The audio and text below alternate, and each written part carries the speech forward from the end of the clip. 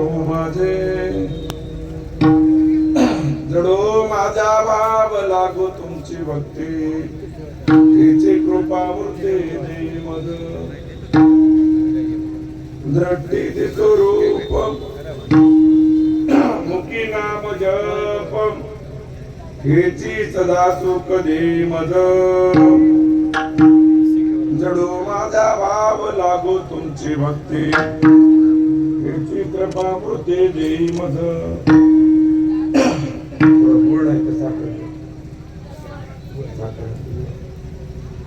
मध्व स्वामी म्हणे माऊराचे जावे भावे ते घ्यावे दत्त नाम जडो माझा भाव लागो तुमची भक्ती हिचे कृपा मूर्ती देई मज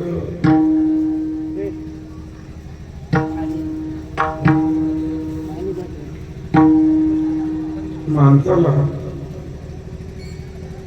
गळा चालला रे गड्या काय द्यावं लागते हे जर करणार परमार्थ कवा थोडा महाराजाचा गळा चालला तर साखर द्यावं लागते तरी द्यावं लागतं म्हणावं लागलं मला सांगा गळा चालला आला हे समस्या सोडण्यासाठी तुम्हाला म्हणावं लागलं आणि जीवाची समस्या सोडण्यासाठी मग काय पडत काय करावं लागेल सांगा दत्ता प्रभू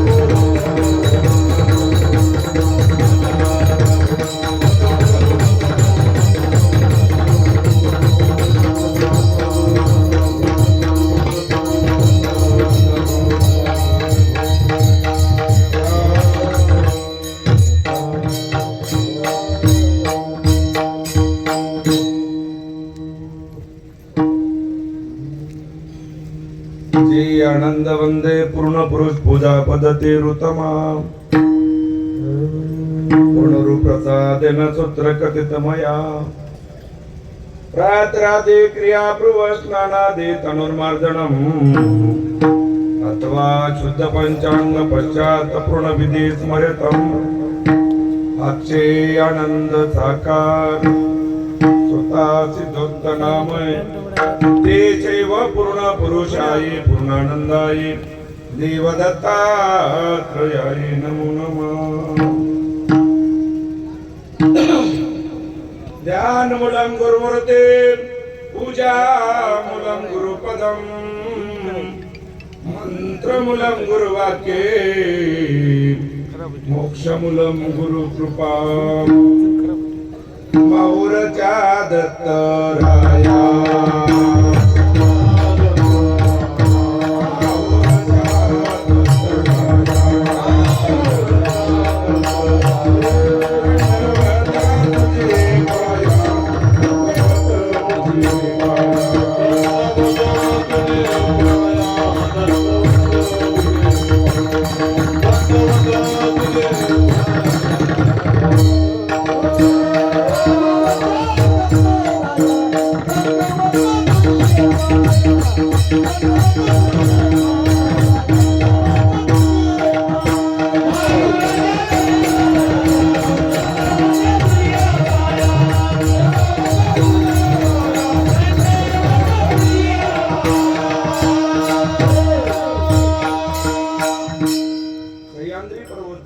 करणारा भगवान परमात्मा अनंत ब्रह्मांडापासून भक्तांची वाट पाहत आहे. असा असणारा पवित्र पर्वत आणि त्या पर्वतावरती गुरु महाराज दैनंदिन निद्रेसाठी येतात. म्हणून अनंत युगापासून शुद्ध लक्षण असणाऱ्या भक्तांची वाट गुरु महाराज पाहतात. वाट पाये शुद्ध लक्षणीचा राव दरोनिया भाव. म्हणून अशा पवित्र पर्वताला नमस्कार करून मी माझ्या कीर्तन रूपी शिवेला अर्पण करतो. दत्ता प्रभू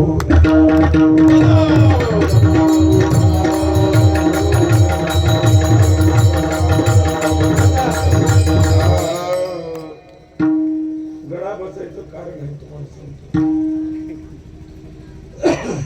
आमच्या गावामध्ये ते इंग्लिश मीडियम शाळा त्याचे वार्षिक कार्यक्रम होता आणि त्या कार्यक्रमामध्ये त्याही कार्यक्रमाचं नाव आनंद नगरी ठेवलं. तुम्हाला म्हणलं होतं आनंद प्रत्येक. मग ते आनंद नगरी मध्ये की लहान लहान मुलं घरी वेगवेगळे आयटम बनवून आणतात. कोणी गुलाबजामुन, कोणी चिवडा, कोणी ते काय म्हणतात डबल वडापाव, वडापाव, तेलेपूर माणसाला जे आवडते. कोणी ताक टाकून लस्सी आणली. मग ते रिबीन कापण्यासाठी बोलवलं संचालकांना. रिबीन कापली म्हणजे महाराज श्रीरामले आनंद मध्ये जात असताना लहान लहान मुलांना 10,000 रुपये देऊन खरेदी करायचं. मग ते घेत घेत घेत घेत गेलो आणि शेवटी मग ते लस्सी होती. शेवटी लस्सी, त्या लस्सी मध्ये ते कोणतं तरी मीठ असते बघा. ते मीठ टाकलं आणि ते जिरे वगैरे कुठून टाकले. ते लस्सी थोडीशी पिवा की नाही चांगली लागली. लगेच 2-3 ग्लास जीवा फार लालच नका लागू तिच्या पाठी. त्याची बी नाशिक घडलं तेव्हापासून माझा गळा चुकून आला. प्रभू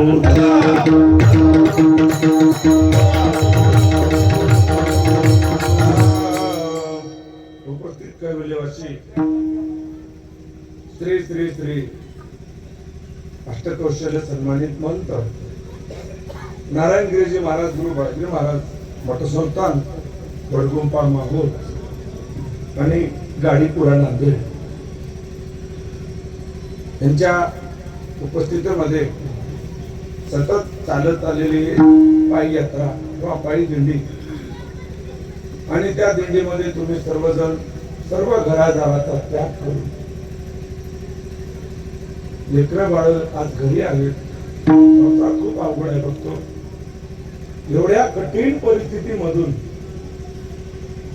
आपण महाराजांच्या एका शब्दावर तयार झाला आणि तयार होऊन आज 7 दिवस झाले महाराजांच्या सानिध्यामध्ये.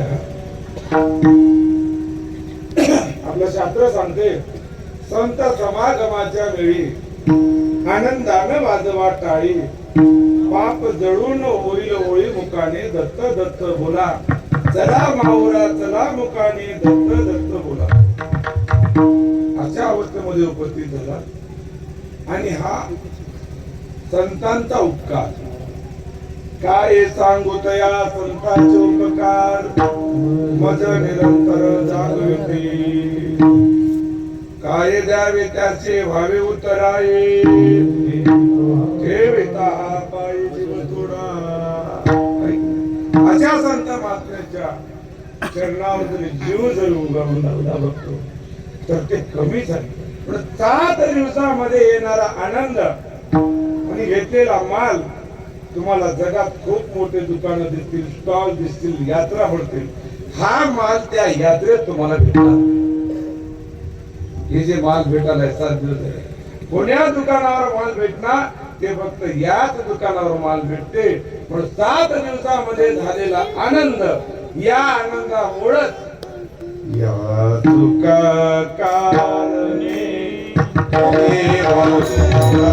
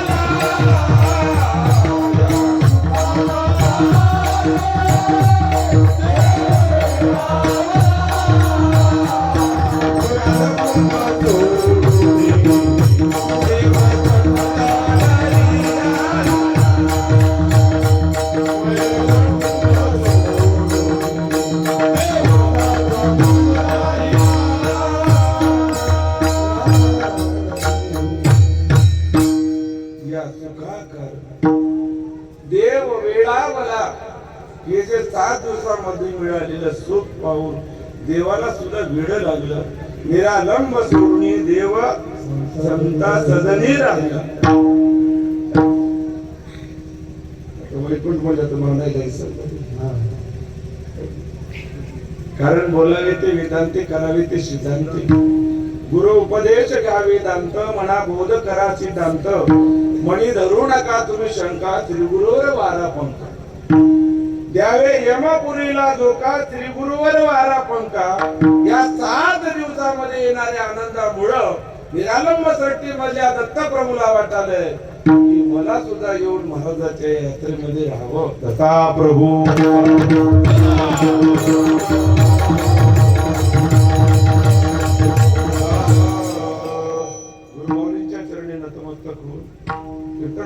आरंभ करत असताना या कार्यक्रमाचे अमोल रत्न असणार. त्यांचे नाव अमोल आहे.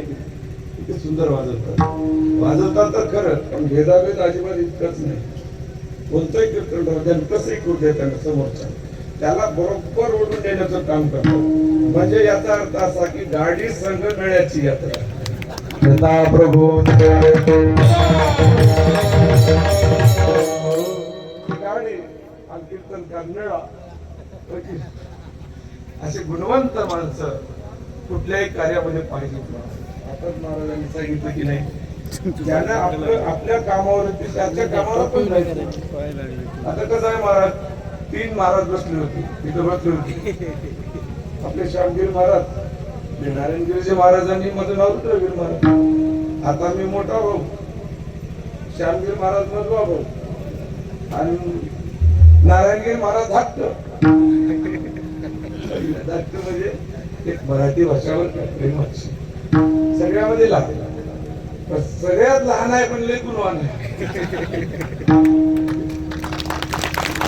कारण कसं, एक जण मारते एक जण बोलते. महाराज मारतात आणि श्यामगिरी महाराज बोलतात की नाही. महाराज मारतात, माझं काम तोडून हात फिरणार. श्यामगिरी महाराज बोलतात, मग बोलले ज्याला बोलतात समोरचा माणूस म्हणला त्याला सांभाळायचं काम मी करतो. तुम्ही बोला मी सांभाळ, तुम्ही मारा मी सांगतो. म्हणतात महाराज मारतात बापू. कसं आहे, कृष्णाने सांगितलेलं आहे, जेव्हा बातों से नाही मान तेव्हा बल का प्रयोग करू. माणसं तोंडाने सांगून जर ऐकत नसते, ताकदीचा वापर करा ना. ताकद कशासाठी उभं अंगामध्ये एक घंटा दिला की बातों के भूत बातों से नहीं मानते. म्हणजे महाराजांना मारलं म्हणजे काय होते, आपली जी वाईट बुद्धी आहे मध्ये, आपल्या जी वाईट वासना असतात ते खूप पळून जातात. बाकीच्या मारल्यानं पडलं, पण संत महात्म्याचा जर हात आपल्या खात्यावर पडला तर आपलं किती जन्माचं जे पाप आहे ते पाप सर्व काही दूर जाते. एवढी ताकद त्या संतांमध्ये. म्हणून त्या संत महात्म्यासाठी देव सुद्धा म्हणाला, या सुखा कारणे, याच सुखासाठी मला सुद्धा या मृत्यूलोकामध्ये यावं वाटतं. म्हणून देव सुद्धा येऊन संतांच्या सदनी राहिला. संतांच्या सानिध्यामध्ये राहिला म्हणून असे महान संत महात्मे असल्यामुळं आज आपला धर्म, आपली संस्कृती आणि आपले संस्कार आजही जपून आता प्रभू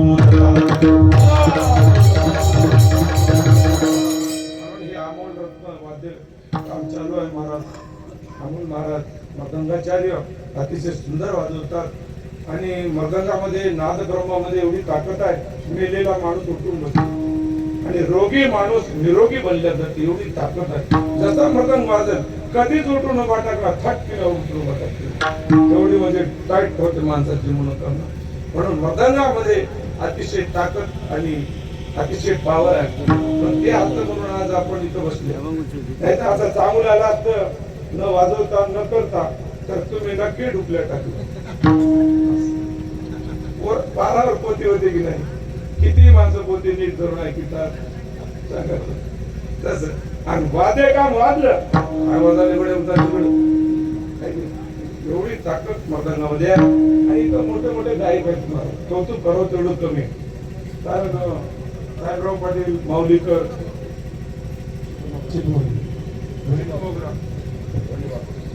गंडूबाजी चिटमोगलेकर, तसेच आपले आनंद महाराज शहादत महाराजांचे वडील आहेत खडी बोरगावकर, आमचे राजाराम पाटील, हरिदास महाराज बोरगावकर, हे सगळे नामवंत माणसं असतात. मोठ्या मोठ्या फळामध्ये गायन करणारी माणसं. आमचं काय गाडीची नळ आता सांग गाडी जेव्हा चाक वाजायला लागेल तेव्हा काढा तेल घाला. प्रभू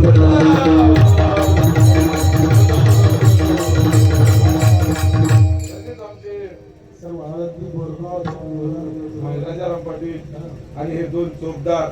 चोपदार म्हणजे अंगरक्षक होते बरं का. छत्रपती शिवाजी महाराजांसोबत चोपदार होते.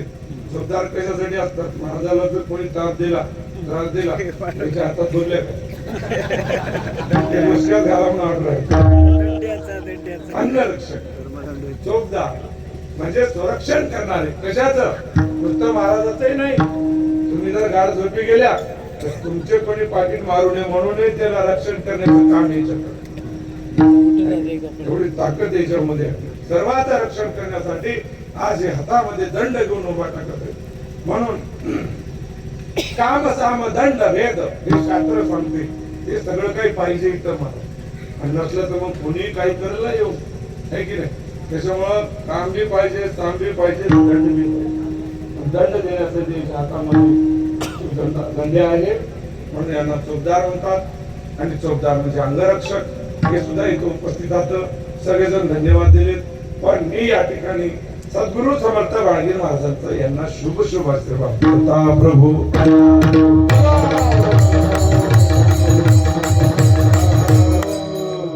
म्हणून आजच्या कीर्तनरूपी सेवेसाठी घेतलेला आपण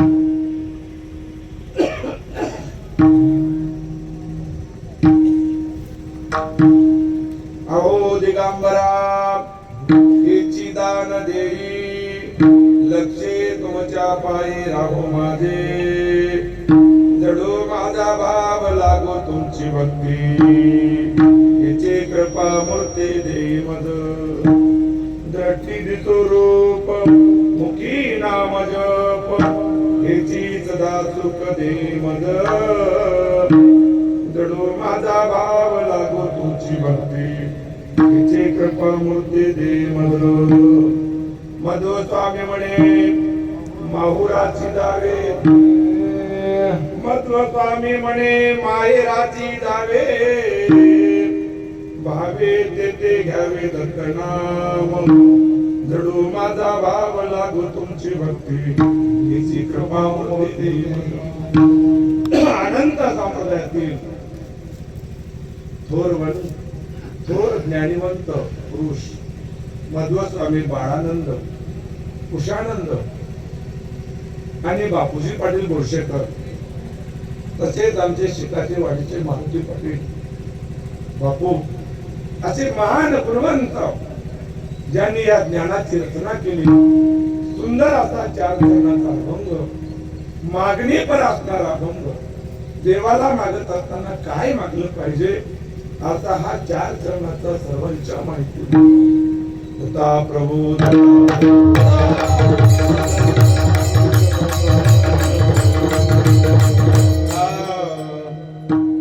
संत महात्मे देवाला मागत असताना काय मागतो? आता तुम्ही दिंडीमध्ये आलात, पण प्रत्येकानं काहीतरी मागणी घेऊन आलात की नाही साहेब? कुणाच्या मुलांना लेकरू वाढ नसेल, देवा मी वारी करतो, माझ्या लेकराला लेकरू होऊ दे. काही काही जणांमध्ये नवरा बायकोचं भांडण घरामध्ये, देवाला काही काही भावल्या नवस करतात, देवा मी तुझ्या वाटेनं पायाने येतो, मात्र माझा नवरा भांडू देऊ. अनेक मागण्या नाहीत, असं नाही, खरं बोला. असतात काही काही जणांच्या मागण्या, काही काही घरामध्ये मुलांच्या चोरी किचोर नाही. तरी कोरोनाची बिमारी आल्या तरी बरं, कारण कोरोनामध्ये ते काय मास्क लावून हात गेले, मास्क लावून. आणि काही काही मुलं बघायला आले, काही काही मुलीला मास्क त्याने म्हणजे सोशल डिस्टन्सिंग काहीतरी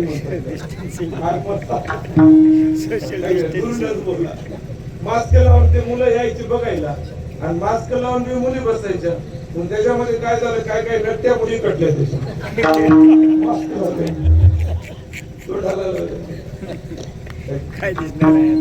काय काय जणांच्या चोरी कवयला आल्या, त्याच्यामुळे देवाने वारी करतो, चोरी होऊ दे.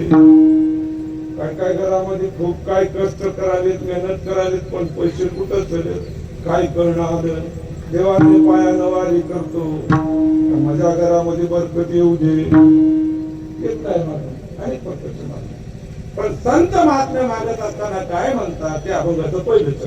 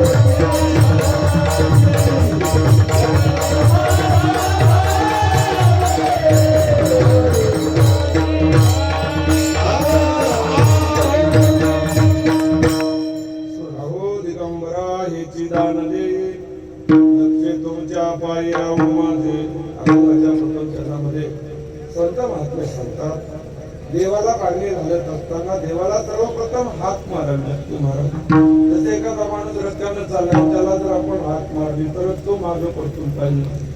जर आपण हातच मारले नाही तर तो कसा येईल. पण हात मारण्यामध्ये मात्र फरक. आहो दिगंबर प्रेमानं हात मारल्यावर का आहो आणि आरे याच्यामध्ये फरक आहे की नाही. आले आणि आला शब्द दोन्ही मराठीचेच वाक्य होते, त्याला व्याकरण म्हणतात. आले आणि आला, देव आले आणि देव आला याच्यामध्ये फरक आहे. आले म्हणण्यामध्ये खूप ताकद आहे, खूप ताकद आहे. कारण याला लीनता म्हणतात. आणि जोपर्यंत आपल्या अंगी लीनता नाही तोपर्यंत देवाला आपण हात मारू शकत नाही. म्हणून म्हटलेला आनंद नामे लीन करुणिया मन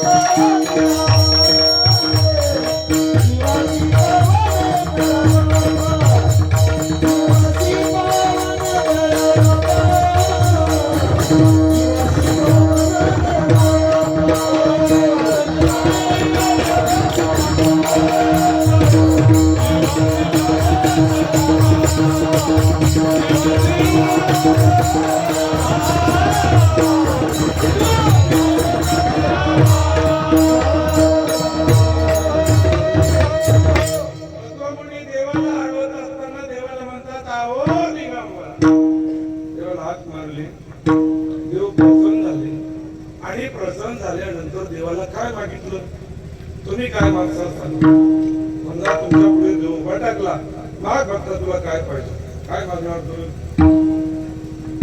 काय मागणार बोला बोलत जा काय मागसाल की नाही ज्याला मुलगी देऊन आले त्यानं म्हणेल देवा माझं वय 27 झाले मला पोरगी दे देवा मागायचं काय आणि न मागायचं काय मागावं देश काळ पात्र बघून मी मागवलं एक जण काय केलं महाराज असं राजा दान देण्यासाठी बसायचं दान देण्यासाठी हप्त्यातून येतात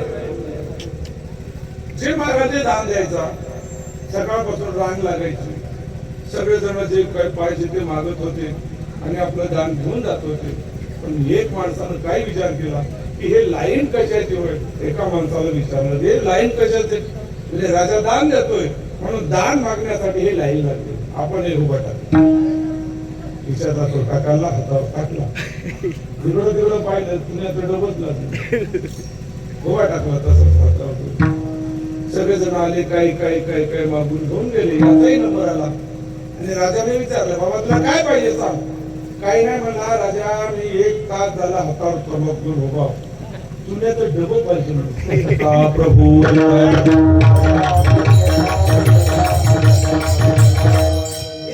प्रसन्न झाला आणि समज जर उभा टाकला तुम्ही जर तोट्याला चुना मागले काय सांगता दान सुद्धा मागता यावं लागतं दान मागण्यासाठी वामन अवतारामध्ये बळीराजाच्या घरी देव येतो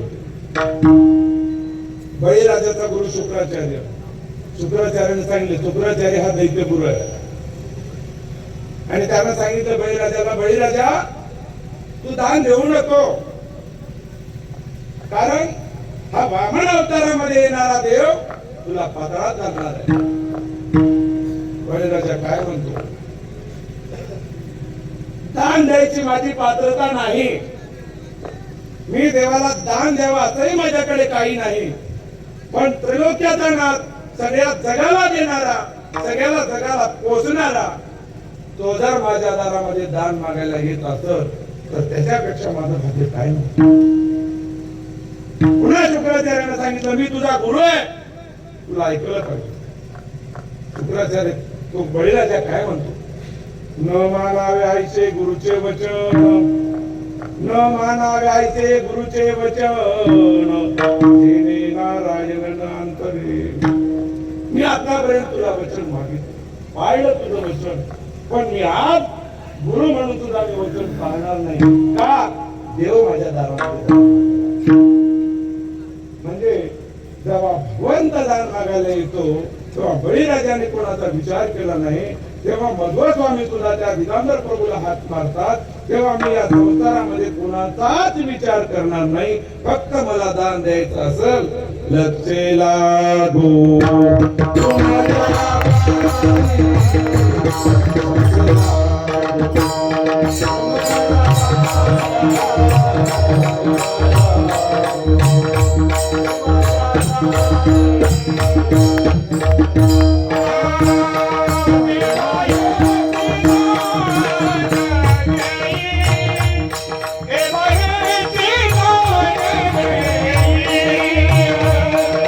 Hey,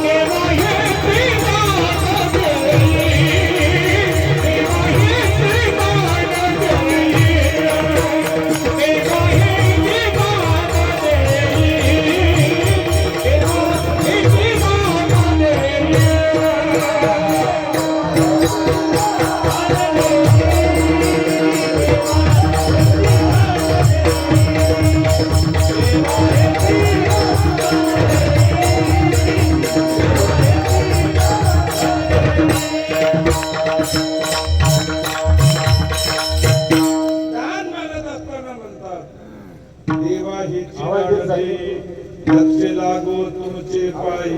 मध्वस्वामी देवाला मागत असताना म्हणतात, अहो दिगंबरा हेची दान देई, लक्ष तुमच्या पायी राम माझे का.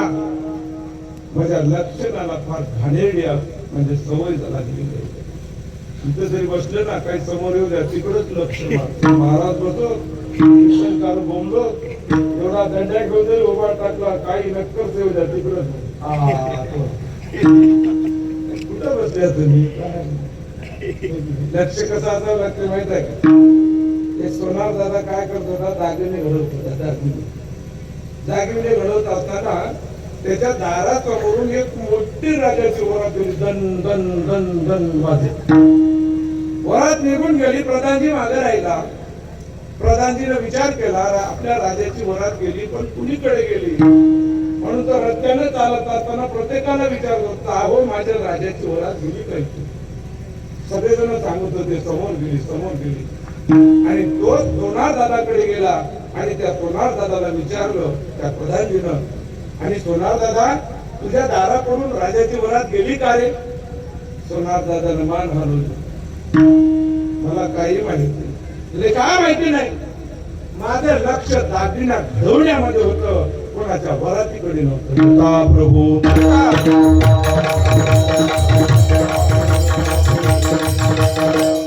आपलं लक्ष तर त्या देव जसं सोन्याचं दागिन्या घडवण्यामध्ये लक्ष त्याचं होतं, म्हणून दन दन वाजेला आवाज सुद्धा त्याच्या कानावर आला नाही. एवढं लक्ष देवाच्या चरणावर राहावं. एवढं मात्र मध्वस्वामीने देवाला सांगितलं, देवा मला काही नको.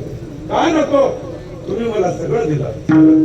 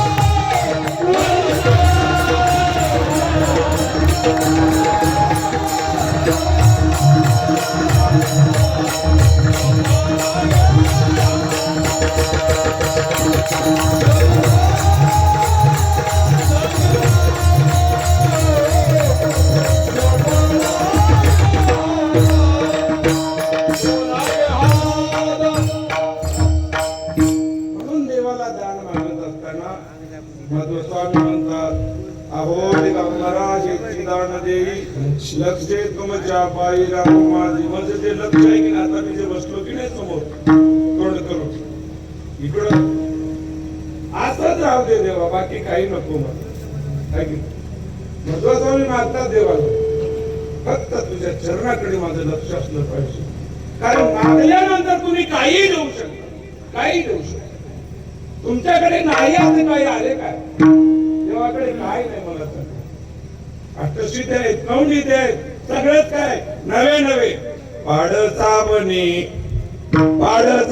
अग्नी लागला नाम चिंतिता मृग घोर आवला चिरे पुत्र मंडना हे दया निधे अनंत लोचना हे दया निधे अनंत लोचना अनंत लोचना. एका जंगलाला आग लागली अनेक हरिण विलेली होती आणि तिथं पाडस लहान होतं आणि त्या आग लागलेल्या जंगलामध्ये एकटं पाडस हरिण काय केली, आग लागल्यानंतर पळून गेली आणि पाडस तिथंच आहे. आणि ऋषी नावाचे दत्तप्रभूचे भक्त त्या जंगलामधून जात असताना डोंगराला लागलेली आग पाहिली आणि त्याच्यामध्ये असणार गोडच असं हरणीचं पिलू दिसलं आणि त्याला त्याची दया आली आणि फक्त देवाला हाक मारली, फक्त देवाला आवो दिगा मारल्याबरोबर पाडसावनी अग्नी लागला नाम चिंतिता मेघो बोलला. देवाचं नाव घेतल्याबरोबर आकाशात ढग आले आणि त्या ढगामधून दन दन दन दन पाऊस पडला आणि तो डोंगर भिजला आणि त्या हरणाला वाचवला. असं काही होऊ शकत नाही, पण मला तेही मागायचं नको. लागू दे या संसाराला आग लागली तर कोण चुकाच आहे या संसारात. तरी का ते संसारे सुख तरी का त्यागी नका दुःख. जलाधर राजाच्या पायाच्या जोड्याला हिरे रत्न मोती होते महाराज, एवढ्या जोड्याचा त्याग केला. देवासाठी घेतला जोग सर्व भोग गेला, सर्व भोग गेला, सर्व भोग गेला.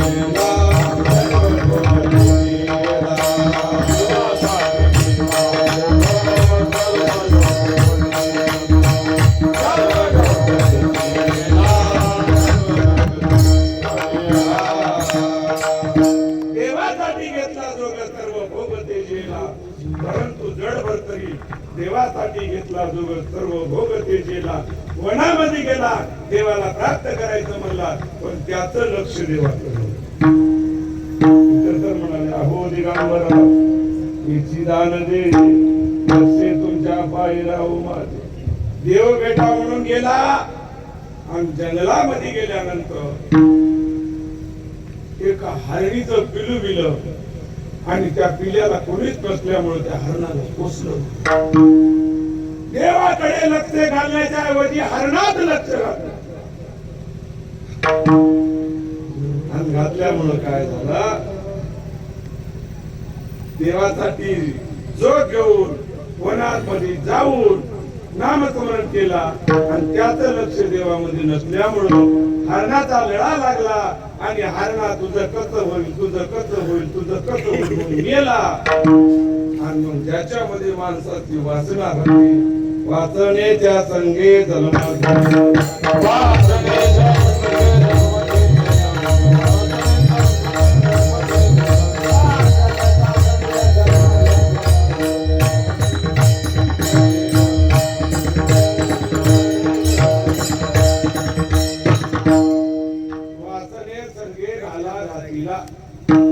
जशी तुमची वासना हाय. आता इथं बसल्या पण वासना आहे का घेऊ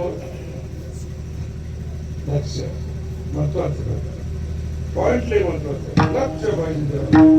हा लक्ष लक्षता करा कृपेची छाया निज बा निज सकया देवा दत्तात त्याच्याकडे लक्ष पाहिजे.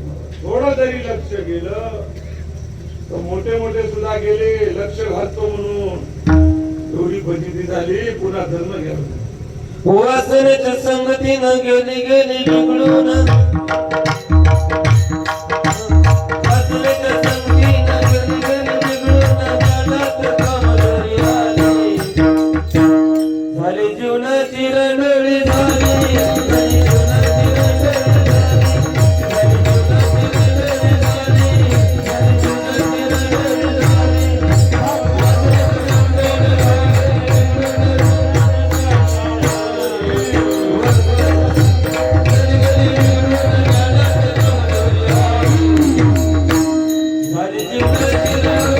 थोडं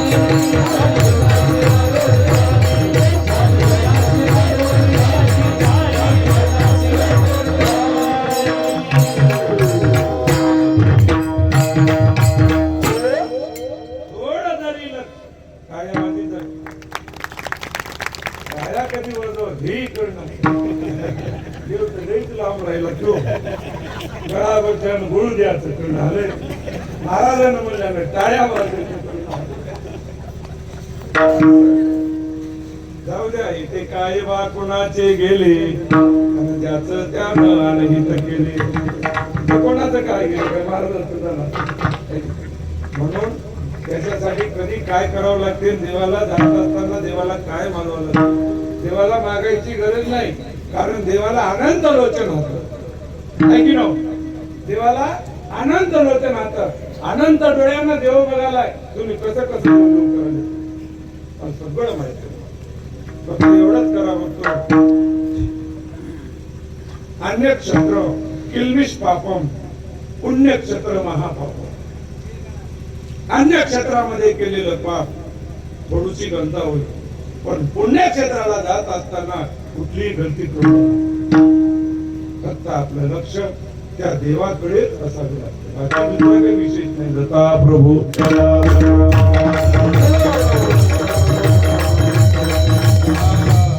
माणसं इकडं तिकडं सगळं करतात पण देवाच्या दिंडीमध्ये आले की काय म्हणतात कार्ड घ्यायचं मात्र विसरतात. दोन मित्र होते असं कंजूसपणा करू नका.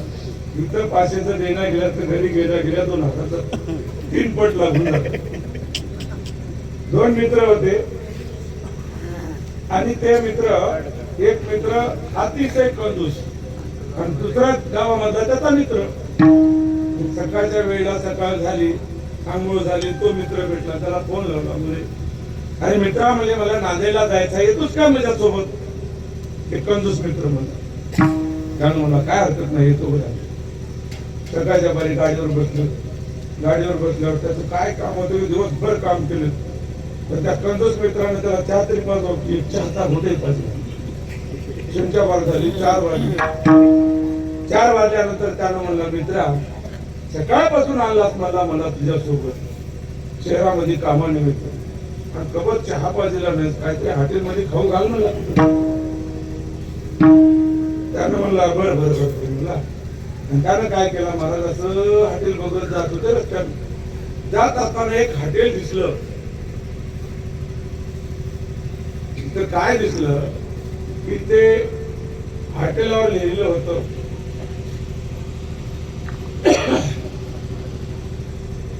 त्या हॉटेलावर पाटी लिहिलेली होती इथे या आणि फुकट खाऊन जा.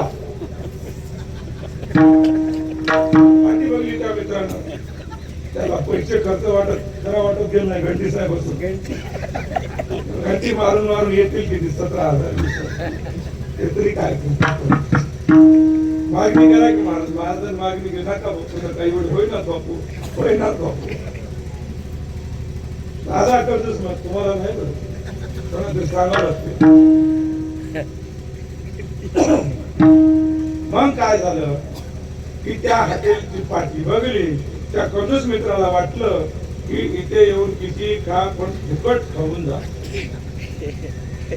आणि लगेच त्या पाठीच्या पुढे कंस लिहिलं होतं की दुसऱ्या पाठीवर तुम्ही खा तुमचे पैसे नातू कडून वसूल केल्या जातील. तुम्हाला इथं फुकट बी खा म्हणाले आणि तुम्ही खालेले पैसे जरी करता देणार गेल्या तर नातू देईल म्हणाले. काय अर्थ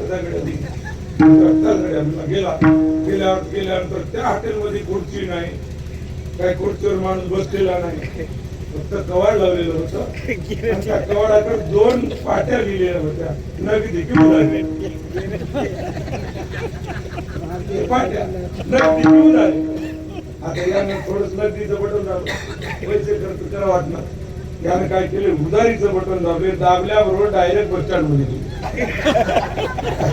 डायरेक्ट बस स्टँड मध्ये गेल्यावर 8 वाजले होते रात्री हाती गाडी निघून गेली. अच्छा हाती गाडी गेली गेला तर मला मित्र आता मी राहिला गड्या मला लई भूक लागली काही कर गड्या मला जेव लहान मुलगाबरोबर याला गेला गेला गेला गेला पुढे गेल्यानंतर मग जसं त्या पाठीवर दिलेलं होतं महाराज, येथे नातूकडून वसूल केल्या जातील त्याच हातील मध्ये पुन्हा घुसली. घुसल्यावर मग ते टेबलावर माणूस फिरत होतं बसलेलं. एका बाजूला हे सिस्टीम आणि एका बाजूला ते सिस्टीम, दोन सिस्टीम. म्हणजे पहिल्या सिस्टीम मध्ये गेले नगदी उधारी डायरेक्ट बसल्या आणि आता आले नातूकडून वसूल केल्या जातील त्या हॉटेलमध्ये बसले. आपण खाल्यावर नातू देईल म्हणजे कधी झाल्यावर कधी काय केलं रट्टावून खाली देईल खाल्याबरोबर महाराज ते बेल राहते वाजवायची 500 रुपये म्हणलं.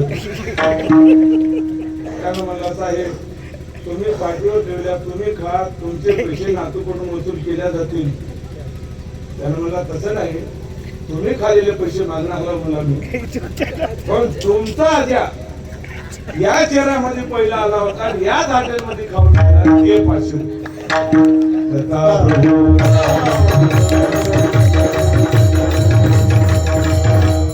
किती कंजूसपणा करा असे पैसे वसूल होणार म्हणजे होणार. म्हणून त्याच्यासाठी माणसाने जे लक्ष लय लक्ष आपलं भगवंताच्या चरणावर असावं. पहिली गोष्ट. दुसरी गोष्ट या जीवाला थोडा संस्कार लागलेले असतात. पहिले 4 संस्कार असतात जीवदेवता प्रपंच परमेश्वर धर्मार्थ काम मोक्ष आस्ती नास्ती भास्ती प्रिय मन बुद्धी चित्त अंतःकरण 4 इचोक 16 आहे की नाही. मग 16 संस्कारात मधून 4 संस्कार जर कळाले. पहिले संस्कार जीव दैवता प्रपंच परमेश्वर महाजीव एकदेशी आबूद व्यापक कितीतरी जन्मामध्ये कितीतरी युगामध्ये पुन्हा पुन्हा जन्म घेणे अनेक प्रकारच्या शरीराला जाणे अनेक प्रकारच्या दुःख यातना भोगणे पुन्हा तो जन्म संपला की पुन्हा दुसऱ्या जन्माला जाणे. मला सांगा किती बकर चांगलं राहू द्या त्याला कापल्याशिवाय सोडले काय खाते काही जा होत असेल त्याला सांगा की तुम्ही जिवंत कापत असताना त्या जन्माला जावं लागतं. जर आता लक्ष आपल्या देवाच्या चरणावर जर गुरु महाराजांच्या ठेवणार गेल्या तर नक्कीच ते सुरी पडणार आहे. बैलाचा जन्म घ्यावा लागते मग दिवसभर नांगर हाणावं लागते आणि हाणल्यावर सुद्धा त्यानं गुळी टाकते सोयाबीनची. महाराजांनी असं काय खीर खीर काय तिथं तरी खीर खीर भेटायला खायला तिथं सोयाबीनची गुळीच बघा. असे जन्म घ्यावे लागतात. म्हणून जीव हा आबूद अज्ञान एक देशी व्यापक आहे. त्याच्यामुळे जीवाचं लक्ष मन बुद्धी चित्त अंतःकरण भ्रष्ट झाले. म्हणून त्याच्यासाठी जोड लागते संतांची आणि कशाच्या सानिध्यामध्ये गेल्यानं पवित्रता होते. जैसे चंदनाच्या संगती सर्व वनस्पती चंदन होते परिगुरूच्या पोटी गाठी असती चंदन होय कल्पना. केळूच्या झाडाच्या गाठी जाईना तसं काही माणसं महाराज संतांच्या सानिध्यामध्ये राहून सुद्धा सुधारले नाही. दत्ता प्रभू म्हणून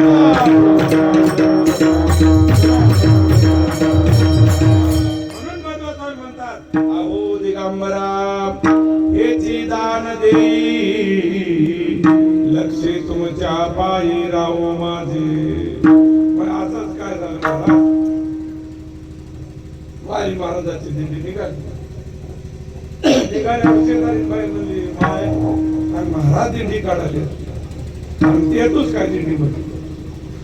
शेजारी बाई म्हणजे माझ्या दिंडीत जाऊन काय भेटते तिथला आनंद घेता येते पूजा होते बर काय देवाचं नामस्मरण होते आनंदामध्ये बागडता येते एकदम मन असं खुलं खुलं होते आणि घरची चिंता काही लागणार माय.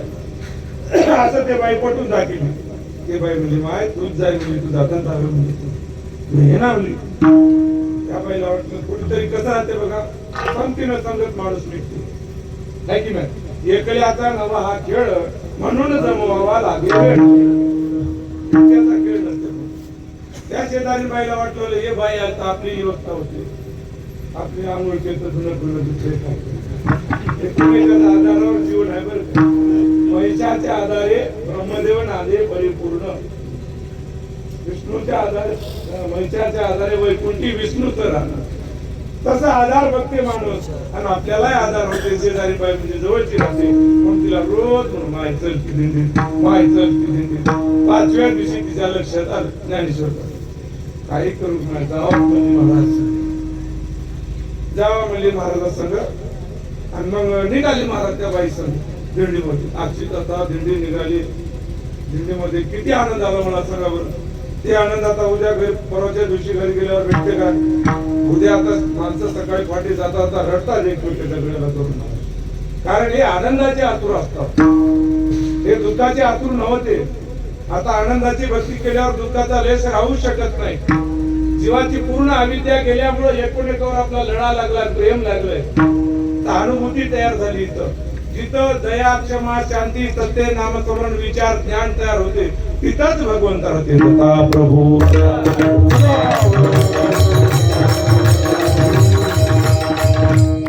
भाव तयार होईल. म्हणून ते बाई म्हणली आणि गावात बाई म्हणली जावं पहिलं वर्ष काही का असणार. बाई म्हणाली त्याच्यात आनंद येते, असं होते तसं होते, घरात बरकत असे म्हणाली. निघाली पा बिचारी ते शेजारी बाई, त्या शेजारी बाई सगळं असं दिली ओळख ओळख ओळख ओळख माहूरला आली. आणि माहूरला आल्यावर आता उद्या संध्याकाळी महापूजा. सगळ्या देवाचं दर्शन झालं. मग दर्शन झाल्यावर आता माहूरला गेल्या गेल्या पहिल्या कोण्या ठिकाणी जावं आधी ते बघावं लागतं. पहिलं दर्शन जर घ्यायचं झालं तर आपण देवदेव चालीचं पहिलं दर्शन घ्यावं. कारण बद्रिका आश्रमाहून जाज्वल्य नावाच्या ऋषीने 27 कल्प वर्ष अनुष्ठान केलं होतं. किती? 27 कल्प. याचा अर्थ असा, कृता, त्रेता, द्वापार, कली म्हणून एक चौकडी होती. किती? एक चौकडी. अशा 14 चौकड्या झाल्या की एक म्हणून, असे 14 म्हणून झाले की एक कल्प. दत्ता प्रभू आपला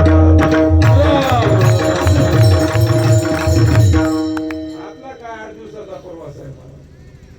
त्या देवाला आवो दिगंबरा याला 27 कल्प वर्ष अनुष्ठान केलं मला आदिवती. मग तिथून काय झाले, बद्रिकाश्रमाहून देव इथं आले. हे की नाही? देव आले. जाज्वल्य ऋषीने अनुष्ठान केल्यामुळे देव आले म्हणून त्याचं नाव देवाले. कारण या जाज्वल्य ऋषीनं देवाला आणलं म्हणून देवाले. देवाले निमित्त आले तयारी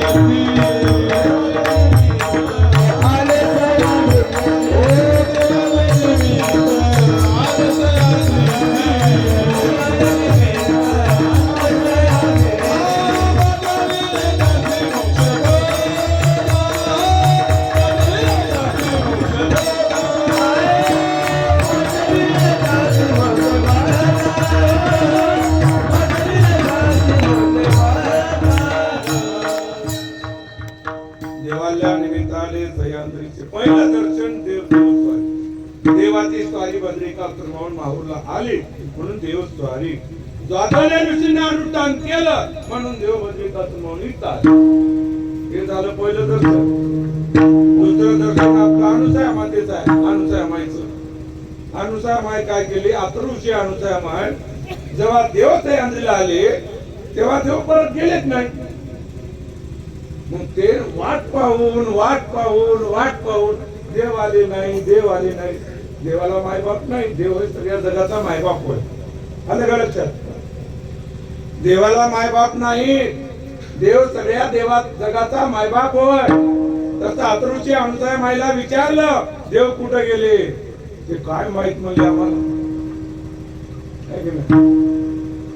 अत्रि नंदन म्हणते सर्व परंतु नेनते मूळ वार्ता बोले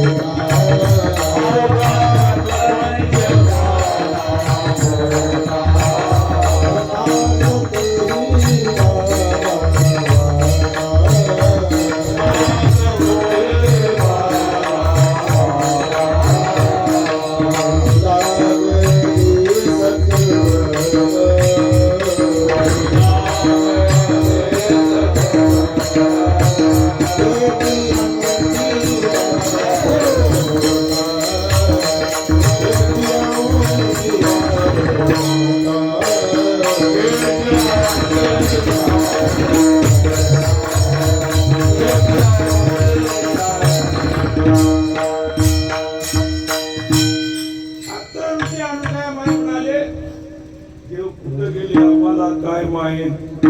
आमचे लेकरू होय म्हणून म्हणतात, परंतु मूळ वार्ता बोले कैची आगम चौगाची ताई जणी झाल्या पिची काय पाडा 18चा. वाट पाहून अनुसाय माहित सह्याद्रीला आणि आल्यामुळं ते अनुसाय माहित ठीक. आता आपण अनुसाय माईचं आधी दर्शन का घेतो? अनुसयेच्या तपामुळे चवकानी प्राणियांचे पिटले डोळे, खऱ्या देवाचे दर्शन घडले. आईचा प्रताप अनुसे मातेचा, सत्वाचे वस्त्र जेच्या अंगाचे तिने रक्षिले. अनंत कुळाची अनंत ब्रह्मांडाची जननी जैसी महाजते अनुसया. अनुसया माईनं खऱ्या देवाची अनुष्ठान केल्यामुळं आज खऱ्या देवाचं दर्शन तुम्हाला आम्हालाच नाही, चौखानी प्राणियामध्ये जेवढे काही जीवजंतू प्राणी असतील तेवढ्यांचा उद्धार करण्यासाठी. म्हणून असला अणुरेणू मध्ये भरून आली माय, तिलाच मूळ माया असं म्हणतात, तिला अनुसया. तथा प्रभू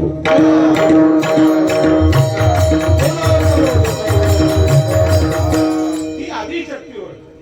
आदिशक्ती श्री भगवती हो सह्याद्री पर्वती, अक्षराये अमरावती हो दर्शन मात्रे भक्ती मुक्ती अजल गती हो.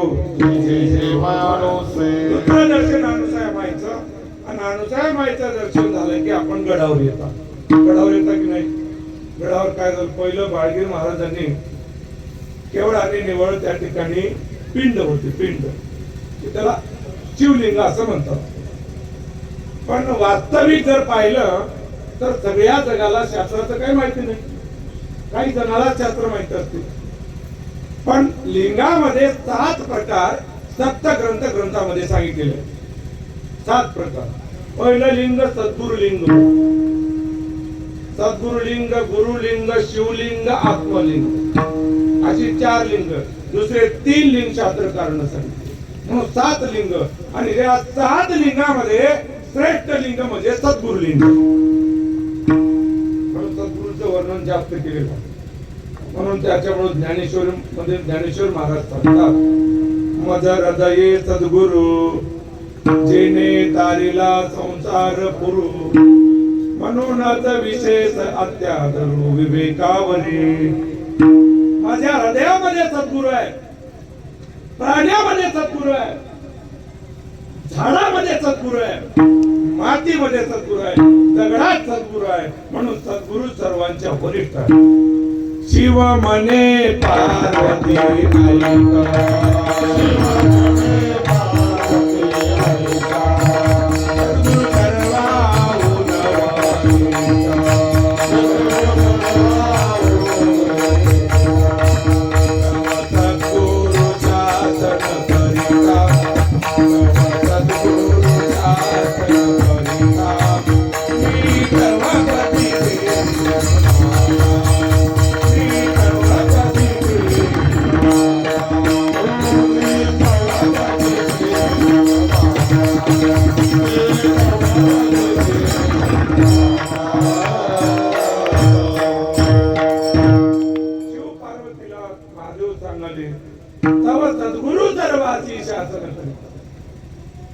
सद्गुरुलिंग होय. मग बाळगीर महाराजांनी काय केले महाराज की ज्या वेळेस वडगुंपेला महाराज होते 12 वर्ष त्या ठिकाणी अनुष्ठान केलं बाळगीर महाराज. 12 वर्षाला दत्तात्रय प्रभूची भेट झाली साक्षात महाराज. आणि महाराजांना काय केलं त्या काळामध्ये संतोष भारती महाराज म्हणून पंत महाराज होते, आज गडांचे मालक. श्री श्री श्री परिवज्रकाचार्य समासनाधीश्वर संतोष भारती महाराज त्या काळामध्ये होते. आणि फक्त महादेवाच्या पिंडीसारखा आकार आणि त्या पिंडीचं दर्शन घ्यायचं, निघून जायचं. बाळगीर महाराजांनी विचार केला, माय म्हणले दत्तात्रेयाचं ठिकाण म्हणल्यानंतर माहुरगड अगोदर लक्षामध्ये येते. आणि त्या माऊला गेल्यानंतर आम्हाला दत्तात्रयाचं कुठलंच प्रतिचिन्ह दिसत नाही. महादेवाचीच पिंड दिसते. मग तिथं दत्तात्रयाचं स्थान आहे कुठं? असा प्रश्न माझ्या गुरुभक्तांना पडेल. एक सद्गुरु लिंग आहे पण जगाला माहित नाही. त्यांनी काय केलं महाराजांनी? चांदीचा मुकुट तयार केले. एक मुकुट आजपर्यंत होता एक मुखी चांदीचा मुकुट तयार करून दिला आणि त्या साळंकावर ते मुकुट बसवल्या गेला. त्याच्यामुळे एक मुखी दत्ताचं प्रतीक म्हणून आपल्याला जगाला दाखवता येते असं त्या ठिकाणी होतं. पण काही काळामध्ये अजून त्याच्यामध्ये बदल झाला. त्या ठिकाणी त्रिमूर्ती बसवल्या गेली. भक्तांनी प्रश्न केला दत्तात्रयाचे किती प्रकार? आता असं जर सांगा म्हटलं तर तुम्ही किती प्रकार सांगसाल? तुम्ही आता आपण भक्ती कराल कोणत्या दत्तात्रयाची? निरालंब सृष्टीच्या दत्तात्रयाला काय की नाही? वेदावेद सांगणार बरं काय तुम्हाला तिथंच नेऊन देतो. काय काळजी करू नका. आणि निर्गुण निराकाराची जर भक्ती केली तर जीव हा निर्गुण निराकार होणार आहे. म्हणजे निरालंब सृष्टी आणि त्रिमूर्ती जे आहे, ज्यावेळेस दुर्वास, चंद्र, अगस्ती दत्तप्रबोध नावाच्या ग्रंथामध्ये ही कथा आहे. दुर्वास, चंद्र, अगस्ती रजगुण, तमगुण, सत्वगुण तीन गुणामध्ये येतात. आता इथं काय सांगते? जोपर्यंत गुणाच्या वेगळा जीव होणार नाही तोपर्यंत मोक्ष नाही. काय मग गुणामध्ये आणि गुणातीत याच्यात फरक आहे. तथा प्रभू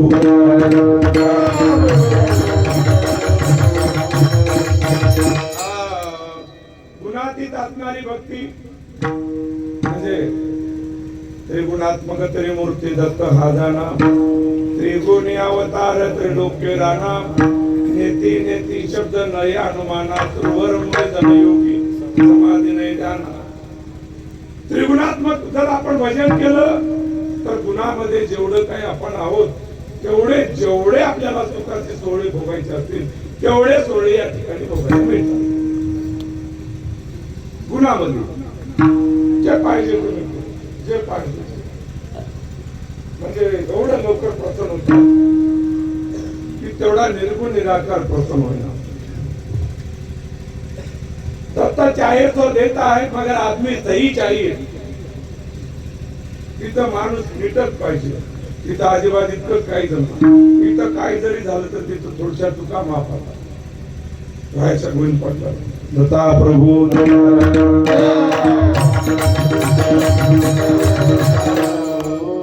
आता जे आपण त्या ठिकाणी त्रिमूर्तीचं दर्शन घेतो तर आपल्या मनामध्ये असा काही विचार येऊ देऊ नका की आपण एकमुखी दत्ताची करता इथं त्रिमूर्ती कसा म्हणजे त्रिमूर्ती आणि एकमुखी. देवाला मुखही नाही, देवाला हातही नाही, देवाला पाय नाही, काया नाही माया रूप नाही.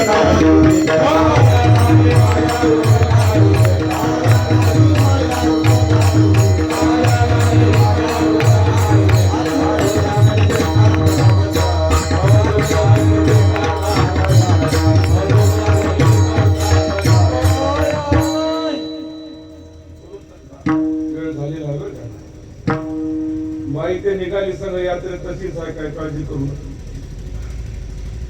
यात्रेची जे शेजारी बाई निघाली की नाही तुम्हाला आता सह्याद्रीला गेल्यावर कुठली माहिती सांगा.